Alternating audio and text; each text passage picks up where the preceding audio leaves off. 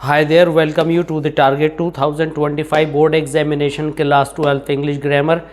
English grammar के UP board के सभी सेट्स को हम कवर कर रहे हैं इस सीरीज़ में, और आज 2024 के सिंथेसिस सभी PYQs आप डिटेल में अंडरस्टैंड करेंगे।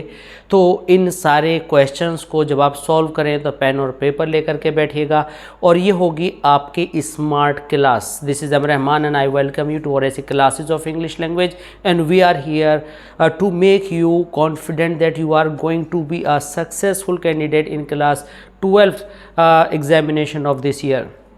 तो अगर आपने अभी तक भी हमारा चैनल सब्सक्राइब नहीं किया तो सब्सक्राइब करें, लाइक करें और शेयर करें, और कमेंट सेक्शन के थ्रू हमारे से आप जुड़े रहें, ताकि जो भी प्रॉब्लम्स आपको इन क्वेश्चंस को लेकर के आ रही हैं हम बाय एंड बाय उनको सॉल्व कराते रहें। हमारा मिशन वोकेबलरी से लेकर लिटरेचर से लेकर ग्रामर के सभी एस्पेक्ट्स को पूरा करना है। आइए शुरू करते हैं आज के पहले क्वेश्चन से। हमारे पास पहला क्वेश्चन है, the sun rose the boys went home. दो सिंपल सेंटेंसेस हैं, दोनों ही सिंपल सेंटेंसेस को हम देख रहे हैं कि एक वर्ब इसमें है, एक वर्ब इसमें है, इनको हम कंबाइन करेंगे। तो सिंपल सेंटेंस का मतलब होता है वन सब्जेक्ट वन प्रेडिकेट। तो यहाँ पर हमारे पास इसको कंबाइन करने के लिए बहुत सारे रूल्स हैं। तो जब आप सिंपल में कंबाइन करते हैं तो आपको by using participle, by using infinitive, nominative, absolute, preposition plus gerund, preposition plus noun, adverb, adverb phrase, noun, noun phrase, adjective, adjective phrase, बहुत सारे रूल्स हैं। तो इनको हम आपको दे देंगे डिस्क्रिप्शन बॉक्स में, वहाँ पर लिंक्स हैं, उनको आप क्लिक करेंगे तो ये सारे पर्टिकुलर सॉल्यूशंस और उनकी जो डिटेल्स हैं आपको आ जाएंगी, और सिंपल सेंटेंस के सारे रूल्स आप हमारे चैनल से सीख पाएंगे। यहाँ पर हमें सिंपल बनाने को बोला है, तो हम फिर भी आपको बीच में कुछ हिंट देते रहेंगे। द सन रोज, यानी ये हो गया हमारा सब्जेक्ट 1, द बॉयज़ हो गया सब्जेक्ट 2। जब हमारे दोनों सब्जेक्ट्स अलग अलग हों तो हम क्या करते हैं, हम यहाँ पर सॉल्यूशन के अंदर करते हैं द सन हैविंग राइजन, और बाद का एज इट इज आपको कर देना है द बॉयज वेंट होम। आप हमें कमेंट सेक्शन के थ्रू बताएंगे कि क्या रेड कलर आपको सही से विजिबल है, सही से समझ पा रहे हैं, और अगर नहीं है तो हम दूसरे कलर को यहाँ अप्लाई करेंगे आपके इजी होने के लिए। यहाँ पर हमारे पास दूसरा पार्ट है पहले क्वेश्चन का, he is poor, he is not dishonest. अब यहाँ पर पुअर है और यहाँ पर डिसऑनेस्ट होने की बात की जा रही है। पहली बात तो मैं इसके अगेंस्ट हूँ कि सारे पुअर डिसऑनेस्ट होते हैं, हम यही मानकर चलें, ये बात सही नहीं है। लेकिन फिर भी ट्रेंड है, सेंटेंस इस तरह का हमारे एग्जामिनेशन में आता है, तो हम मान लेते हैं कि बिकॉज ऑफ पॉवर्टी कोई स्टीलिंग कर सकता है, तो पुअर है और वह डिसऑनेस्ट नहीं है। तो हम जब हम कोई एक काम करते हैं और उसका पॉजिटिव रिजल्ट चाहते हैं लेकिन नेगेटिव आए तो ऑल दो लगता है, और कोई नेगेटिव काम करते हैं और उसका पॉजिटिव रिजल्ट चाहते हैं तो हम ऑल दो का यूज़ करते हैं। कैसे? हमने बिल्कुल नहीं पढ़ा और हम पास होने की उम्मीद कर रहे हैं तो ऑल दो, और हमने बहुत पढ़ा लेकिन फेल हो गए तो भी वहाँ ऑल दो लगाते हैं। तो कॉम्प्लेक्स में आपका एक कंजंक्शन है ऑल दो, ऑल दो, और आप दोनों पार्ट्स को एज इट इज उतार देंगे। ही इज पुअर, बीच में आप कॉमा लगाएंगे। ऑल दो आने पर या तो यट आपको बीच में लगाना है या कॉमा, दोनों को एक साथ नहीं लगाना है, और आप लिखेंगे rest part of the clause as it is.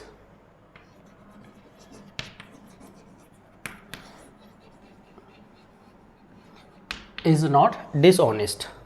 यहाँ पर अब हमारे पास नेक्स्ट पार्ट है क्वेश्चन नंबर 2 का, he is certain he will help you.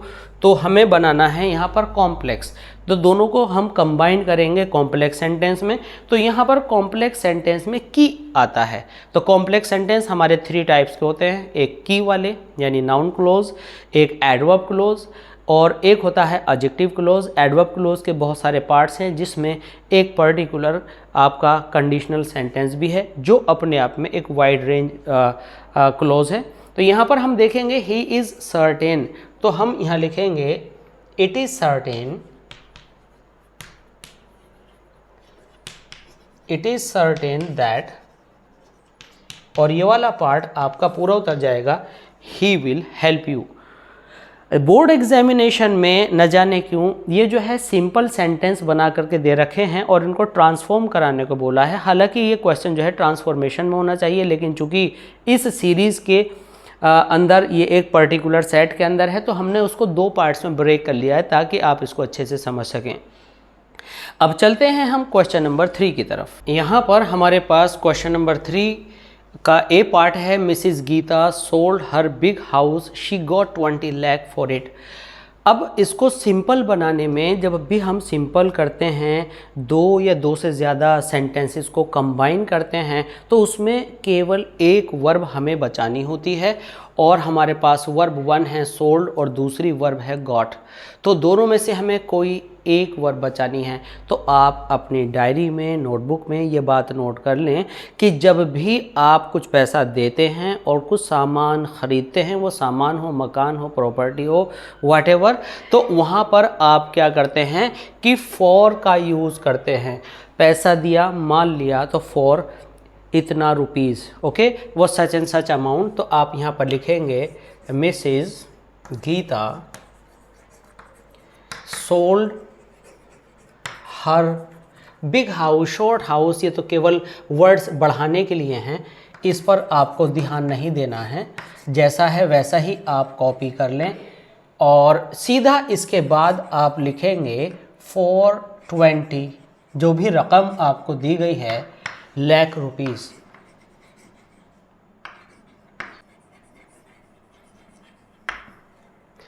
तो यहाँ पर 420 लाख आपको रकम देने वाले सिंपल सेंटेंस में हम यूज़ करते हैं। Do not be a borrower, do not be a lender. न तो आपको उधार देने वाला बनना है और न ही आपको उधार लेने वाला बनना है। तो इसका सिंथेसाइज आप इस तरह से करेंगे। अब जब भी आपको 2 ऑप्शंस होते हैं, आपको बोरोवर भी नहीं बनना, लेंडर भी नहीं बनना और डू नॉट बी कॉमन है, तो जो आपको कॉमन है वो आप एक बार लिख लें, डू नॉट बी। अब इस डू नॉट का मतलब आ रहा है मना करने में, तो यानी मना कर रहा है आपको बोरोवर बनने में और मना कर रहा है आपको लेंडर बनने में। तो यानी हमारे पास मना दोनों में हुआ तो नीदर नॉर यूज़ करेंगे और नीदर नॉर उनसे पहले यूज़ करेंगे जिसके लिए ये बात आई है बोरोवर के लिए। तो बी डू नॉट को हम पहले वाले डू नॉट को कर देंगे neither, be neither a borrower, और दूसरे वाले डू नॉट के लिए नॉर अ लेंडर। तो यहाँ पर हमने क्या देखा कि डू नॉट पहला हो गया डू नॉट, नीदर दूसरा डू नॉट हो गया नॉर, और बी दोनों में कॉमन है तो बी हमने एक बार लिखा, बी नीदर, और उसके बाद जो हमारे पास 2 डिफरेंट ऑप्शंस थे वो हमने आगे लिख दिए, be neither a borrower nor a lender. A part of question number 4 is he admitted his error, he expressed his grief. उसने अपनी गलती को स्वीकार किया और उस पर शर्मिंदा भी हुआ। तो अब आप इसको इस तरह से कहेंगे, he admitted his error, he expressed his grief। तो यहाँ पर उसने अपनी एरर एक्सप्रेस किया और साथ में दुख भी जताया। तो ग्रीफ को हम क्या कहते हैं? यहाँ पर जो ग्रीफ होता है उसको आप कहते हैं रिग्रेट। अब यहाँ पर हमें एडवर्ब शो करना है तो हम कहेंगे ही admitted his error with grief, या तो आप इसको सारा कॉपी कर दीजिए, ही एडमिटेड हिज एरर। अब एरर को एक्सप्रेस करने का तरीका मीन्स हाउ और हाउ मीन्स एडवर्ब, तो या तो कर दीजिए आप विद ग्रीफ या कर दीजिए रिग्रेट फुली। ये दोनों ही आपके ऑप्शंस हैं, दोनों सही होंगे। इसके बाद this is the place here I was attacked by the robbers. तो यहाँ पर हमें ये देखने को मिला कि जब भी हमारा सेंस जो, जहाँ, जिसका जिस कारण जिस जगह जैसा कुछ जोड़ने में अच्छा लगे तो वो एडजेक्टिव क्लोज होता है और कॉम्प्लेक्स सेंटेंस होता है। तो यहाँ पर हम क्या देख पा रहे हैं, यह वही जगह है, यहाँ मेरे ऊपर अटैक हुआ तो यहाँ की जगह हो जाएगा वेयर, और यहाँ पर आप हियर की जगह वेयर लिखेंगे जो कि रिलेटिव आपका एडवर्ब है, और प्लेस उसका एंटीसीडेंट होगा, यानी नाउन के लिए आपको वेयर लगाना है, और एक्चुअल में ये नाउन नहीं एडवर्ब है, जो स्थान को बताता है वो एडवर्ब होता है। तो आप क्या लिखेंगे, this is the place where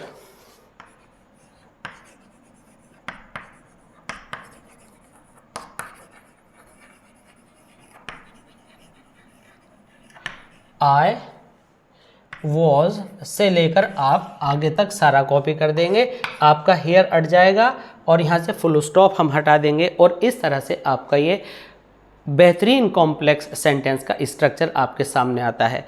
अब क्वेश्चन नंबर 5 के ए पार्ट में his brother died, he heard the news, he fainted. तो यहाँ पर आपकी बार हमें 3 सिंपल सेंटेंसेस दिए गए हैं, और तीनों को एक सिंपल सेंटेंस में डालने का मतलब है कि एक वर्ब बचाना और बाकी सब हटाना। तो यहाँ पर हमारे पास डाइड है, तो डाइड को हम नाउन बना लेंगे डेथ में, और ये जो हर्ड है इसको हम प्रेजेंट पार्टिसिपल बना लेंगे। प्रेजेंट पार्टिसिपल का पहला रूल, जब कोई काम एकदम से होता है और तुरंत बाद दूसरा हो जाए और बीच में बहुत कम समय अंतराल हो, जो विद इन अ फ्रैक्शन दूसरी घटना हो जाए, तो हम आईएनजी लगाते हैं। तो अब उस आईएनजी से पहले आप चाहे ऑन लगा लें, तो क्विक एक्शन में प्रेपोजिशन ऑन भी लगता है। तो जब आप प्रीपोजिशन ऑन लगाएंगे तो वो प्रेपोजिशन प्लस जेरेंड कहलाएगा, और वही आईएनजी फॉर्म आपकी पार्टिसिपल की जगह क्या कहलाएगी, तो वह कहलाएगी आपकी जेरेंड। जब एक काम होते ही दूसरा काम हो तो पहले वाले वर्क में आईएनजी से पहले आप ऑन लगाते हैं। तो ऑन हियरिंग, ऑन हियरिंग, अब यहाँ पर हमने ऑन हियरिंग कर दिया, on hearing the news of his brother apostrophe S death. तो डाइड का क्या करेंगे आप, डेथ ऑफ हिज ब्रदर्स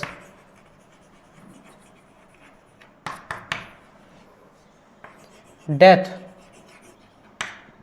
अब आप ही इस पार्ट को एज इट इज लिख देंगे, क्योंकि एक वर्ब तो हमें चाहिए ही फेंटेड। इसके बाद she is rich, she is not happy. तो यहाँ पर हमें कॉम्प्लेक्स बनाना है। अब रिच है तो उम्मीद की जाती थी हैप्पी होने की, लेकिन हो रहा है दुखी। तो जब रिजल्ट्स उल्टे हों तो हम ऑल्दो लगाते हैं, आपको पहले बताया था हमने। तो ऑल्दो आपने यहाँ पर लगाया, ऑल्दो यहाँ पर लगाया, और पहला क्लोज आपने एज इट इज लिख दिया, although she is rich, comma she is not happy. आप कॉमा लगाएं और या यट लगाएं, ये आपके पास चॉइस है। He gave them his advice, he help them liberally. तो अब हमें सिंपल बनाना है। जब सिंपल में दो एक्शन कोई आदमी करता है, ए एंड बी, यानी दो वर्ब्स एंड के साथ दो एक्शन जुड़े होते हैं, तो सबसे आसान एक बात याद रख लीजिए कि आप बिसाइड्स लगाएं। बिसाइड्स कौन सा, बिसाइड प्लस एस, बिसाइड्स वाला, और पहले वाले एक्शन में आईएनजी लगा दें। तो बिसाइड्स गिविंग देम, ये पूरा पार्ट कॉपी करें, और ही के बाद आप पूरा पार्ट कॉपी कर दें। तो besides giving them his advice, comma he help them liberally. तो ये सिंपल सेंटेंस के अंदर आता है।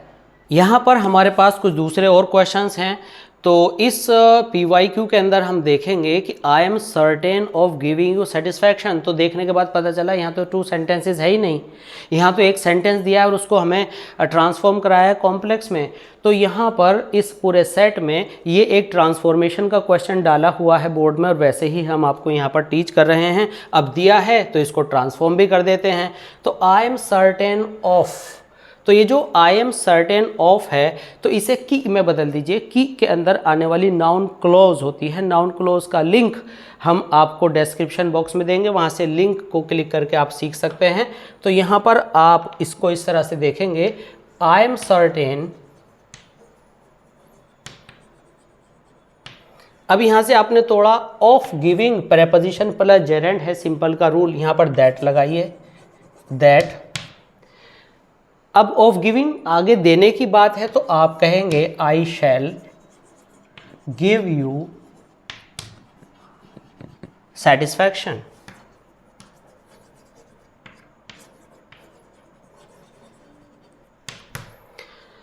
The enemy surrendered the battle was won. जो हमारा बैटल है वो उसमें एनिमी ने आत्मसमर्पण कर दिया, जंग जीत ली गई, सिंपल बनाना है। तो अभी बिगिनिंग में हमने बात की थी जब हमारे पास दो डिफरेंट सब्जेक्ट्स होते हैं तो हम क्या करते हैं कि इसमें पहले सब्जेक्ट को एज इट इज़ रखते हैं, द एनिमी। तो यहाँ हैविंग लगा दिया कीजिए, having surrendered comma the battle, और पूरा part as it is copy कर दीजिए। इसके बाद it is done, it can not be undone. अब जब भी आपका वर्ड आ जाए अकेला जो, भाई जो से पहले आप कोई ना कोई नाउन या जगह पहले लगाते हैं, तो जैसे कि हम कहें यह वही जगह है जहां हम पढ़ाते हैं, या यह वही लड़का है जिसको मैंने एक बुक दी थी।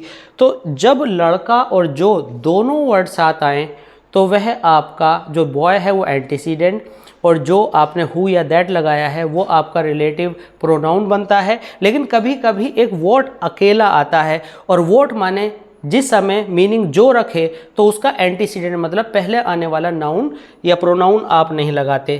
तो आप लिखेंगे what is done, what is done. अब इट की जगह क्या आ गया, यानी वॉट इज डन इट की जगह आ गया नाउन के तौर पर, तो नाउन क्लोज हो गई। आप लिखेंगे कैन नॉट बी अनडन।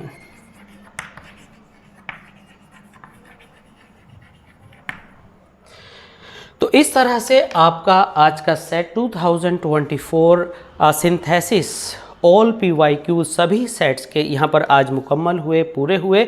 अब हम बात करेंगे आने वाले वीडियो में दूसरे PYQs पर, दूसरे टाइप के क्वेश्चंस पर, जिसमें आपके इडियम्स भी होंगे, आपके होमोनिम्स भी होंगे, होमोफोन्स भी होंगे, और फ्रेजल वर्ब्स भी होंगी, और सभी टॉपिक्स को हम कवर करेंगे बोर्ड्स के सभी सेट की बेहतरीन आपकी प्रिपरेशन के लिए। तो बने रहिए हमारे साथ, और सब्सक्राइब कीजिए, लाइक कीजिए एंड शेयर कीजिए, और कमेंट सेक्शन के थ्रू हमसे जुड़े रहिए। मिलते हैं जल्दी इस तरह की दूसरी वीडियोज़ में। Thanks for being with us, thanks a lot.